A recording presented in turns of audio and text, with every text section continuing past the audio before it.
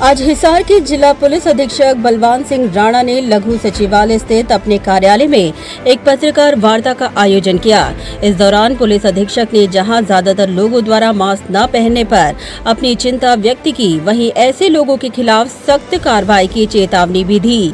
अधीक्षक ने पिछले दिनों हिसार के बाल सुधार गृह से फरार हुए बाल कैदियों की घटना व हिसार के रावलवास गाँव में हुई हत्याकांड की वारदात का खुलासा भी किया। हम लोग हैं जो मास्क लगा रहे हैं, बहुत 1% के आसपास।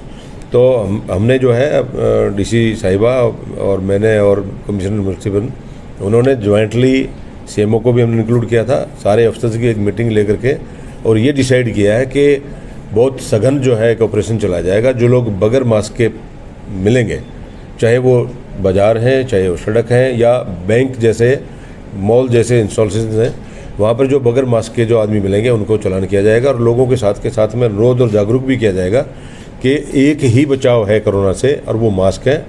क्योंकि अब तक जो है कोरोना से बचने की दवाई विकसित नहीं हुई है, और लोग घरों से बाहर निकलें तो मास्क जरूर पहन के जाएं।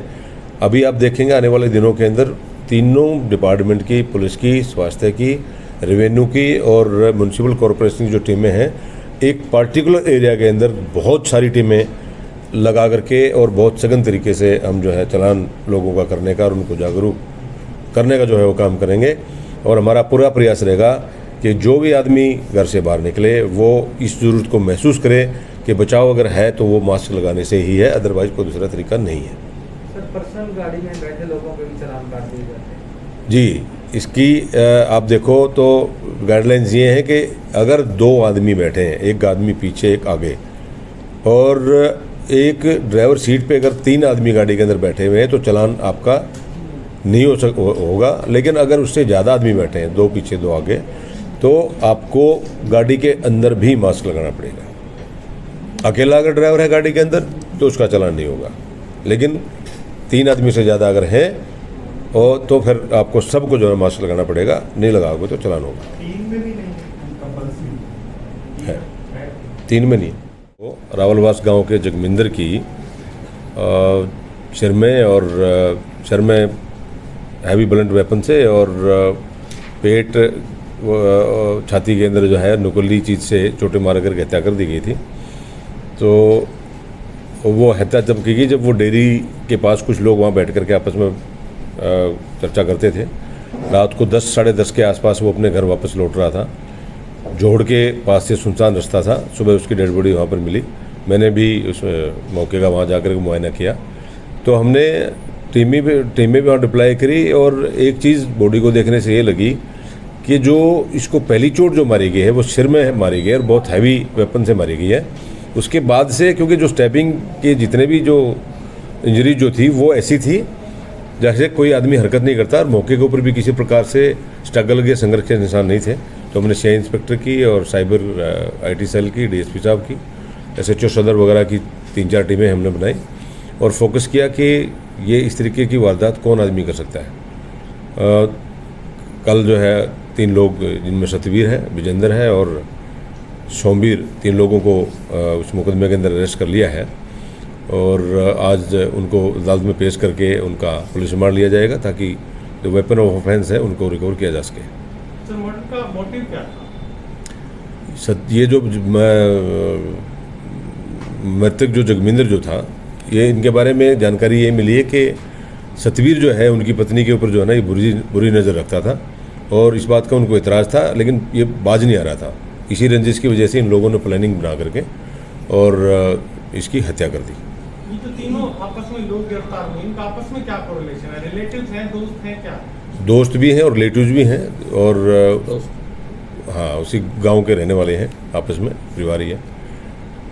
जैसे आपस में एक दूसरे की खुंदक के अंदर दूसरे आदमी शरीक हो जाते हैं, तो इस तरीके से ग्रुप बन जाता है। और मोटिव बेसिकली इनका मृत्यु करने का ही था, इसलिए ब्लंट वेपन के साथ में छुरी भी इनके हाथ में थी कि सर में जो चोट लगी हुई है हो सकता है उससे बच जाए आदमी, इसलिए इन्होंने 6-7 जो है चाकू के वार किए, ये इंश्योर करने के लिए कि बंदा बाई ऑल मीन्स मरी जाए। तो उनको रिमांड पे लिया जाएगा? जी, रिमांड पे लिया जाएगा, और उनसे जो वेपन ऑफ ऑफेंस है उनकी रिकवरी की जाएगी। इस तरीके से एक ही दिन में 3-3, 4-4 ठिकाने इन्होंने बदले हैं वो बड़े जो अपराधी हैं वो भी इस तरीके की सोच और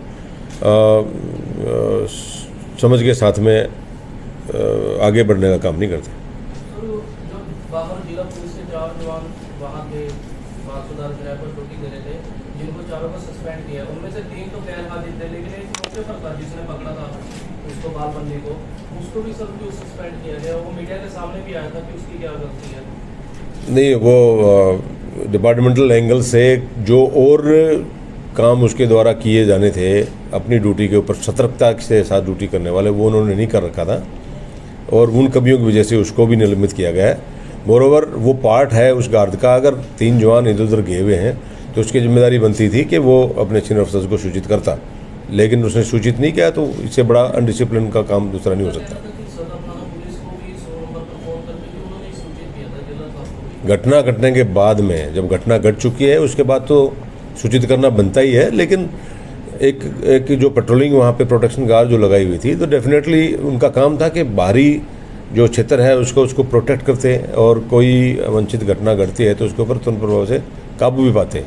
पूरी की पूरी जो ग्रुप है उसका प्रोटेक्शन गार्ड का, उनका एक्सपेक्टेड ये था कि वो सभी के सभी हाजिर रहते और कोई भी इवेंचुअलिटी जो आ जाती है तो उसके वक्त सभी मिल करके उसको काउंटर करते। गृह के अंदर 12 अक्टूबर की शाम को जो वारदात हुई थी, उसमें से उनकी जो प्लानिंग जो थी वो ये थी कि अमरनाथ छाबड़ा बैसी गांव का जो था उसका मर्डर 2018 के अंदर अमित और उसके साथियों ने कर दिया था, और उसका भाई जो है कृष्ण, जो अब सरपंच है बैसी गांव का, वो विटनेस है, गवाह है।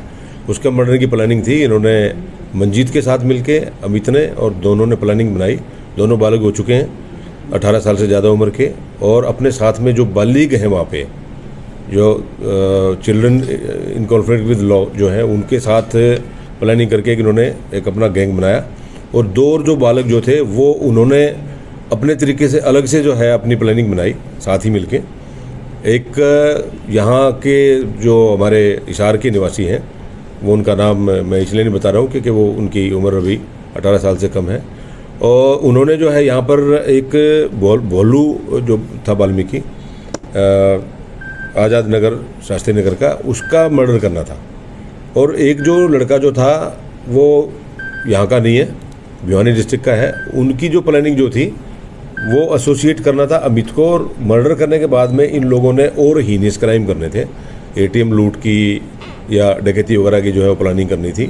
इसके साथ के अंदर इन लोगों का एक पूरा बड़ा ग्रुप बन गया।